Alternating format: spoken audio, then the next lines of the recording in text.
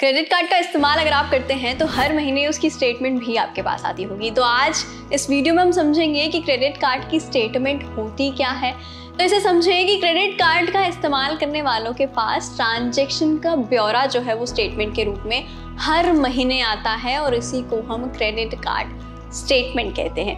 Credit card के statement में कई तरह की इंफॉर्मेशन मौजूद रहती है। स्टेटमेंट के जरिए ग्राहक अपने क्रेडिट कार्ड बिल में हुई किसी भी तरीके की गड़बड़ी पर नज़र रख सकते हैं। इसीलिए ही ये स्टेटमेंट ज़रूरी भी हो जाती है और इसे समझने के लिए हम पॉइंट्स में आज इन चीज़ों के बारे में बात करेंगे। सबसे पहले तो इस चीज़ को समझ लें कि क्रेडिट कार्ड का स्टेटमेंट जो है वो मंथली होता है और कार्ड के बिलिंग साइकिल के अंत में जनरेट होता है। लेकिन अगर आपके किसी महीने में क्रेडिट कार्ड से कोई लेना देना हुआ ही नहीं है तो उसकी कोई स्टेटमेंट नहीं बनती। क्रेडिट कार्ड के स्टेटमेंट में कार्ड होल्डर की इंफॉर्मेशन होती है, जैसे कि उसका नाम, ईमेल एड्रेस, पता, ये सारी चीज़ें लिखी होती हैं।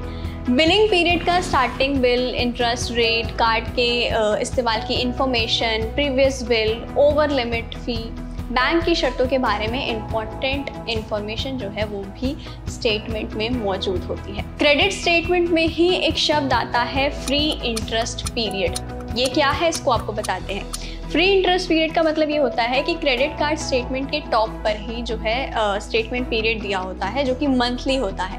अगर आपका क्रेडिट कार्ड का महीना 1 सितंबर से शुरू होता है तो ये 2 अक्टूबर को ख़त्म हो जाएगा और यही पीरियड जो है उसको हम कहते हैं इंटरेस्ट फ्री पीरियड, जिसमें यूज़ किए अमाउंट पर कोई भी इंटरेस्ट आपका नहीं लगता।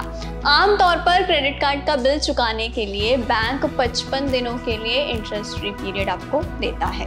क्रेडिट लिमिट और बिलिंग साइकिल की अगर हम बात करें तो कार्ड होल्डर को क्रेडिट कार्ड खर्च के लिए लिमिटेड क्रेडिट दिया जाता है, यानी खर्च की एक फिक्स लिमिट आपको दे दी जाती है। इसी को हम कहते हैं क्रेडिट लिमिट। बिलिंग साइकिल से मतलब है क्रेडिट कार्ड की 2 बिलिंग डेट्स के बीच का समय। जैसे अगर पिछला बिल 1 सितंबर को आया था तो अगला बिल अब 2 अक्टूबर को आएगा।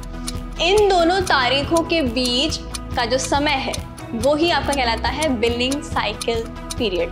ठीक है, इसी में एक चीज़ है current outstanding balance. Current outstanding balance से क्या मतलब है? मौजूदा बकाया राशि। ये आपका टोटल बिल अमाउंट होता है जिसको आपको तय समय सीमा में भरना होता है।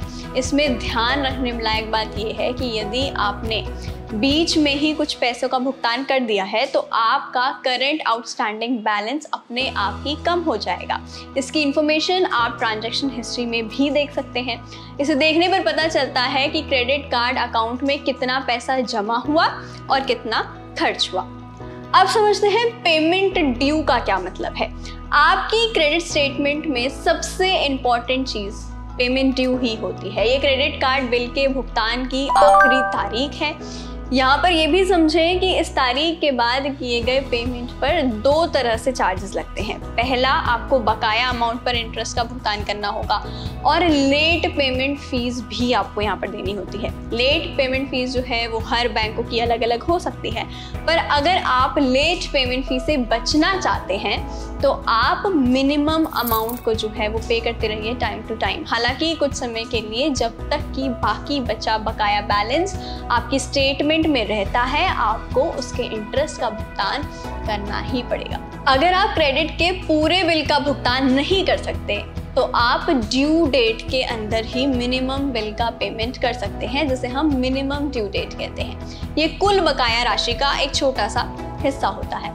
ट्रांजैक्शन डिटेल का भी एक सेक्शन स्टेटमेंट में होता है। इस सेक्शन में आपके क्रेडिट कार्ड खाते में कितना पैसा आया और कितना खर्च हुआ, इसकी पूरी इंफॉर्मेशन होती है, जिसमें ट्रांजैक्शन की डेट और टाइम, अमाउंट डिडक्शन और कोई एक्स्ट्रा चार्जेस ट्रांजैक्शन की जगह, ये सब जो है वो शामिल होता है। आपको इन सभी सेक्शन को ध्यान से चेक करना चाहिए और कुछ भी अगर गड़बड़ आपको लगता है कि आपके स्टेटमेंट में है तो आपको तुरंत बैंक में इसके बारे में इन्फॉर्म करना चाहिए। अब क्रेडिट कार्ड के यूज़ करते समय जो रिवॉर्ड पॉइंट्स मिलते हैं उनकी बात कर लेते हैं। आपको ये जो रिवॉर्ड्स पॉइंट्स मिलते हैं, बैंक के रिवॉर्ड कैटलॉग से गिफ्ट पाने के लिए एक्सचेंज करने का ऑप्शन भी वहाँ पर आपको मिल जाता है।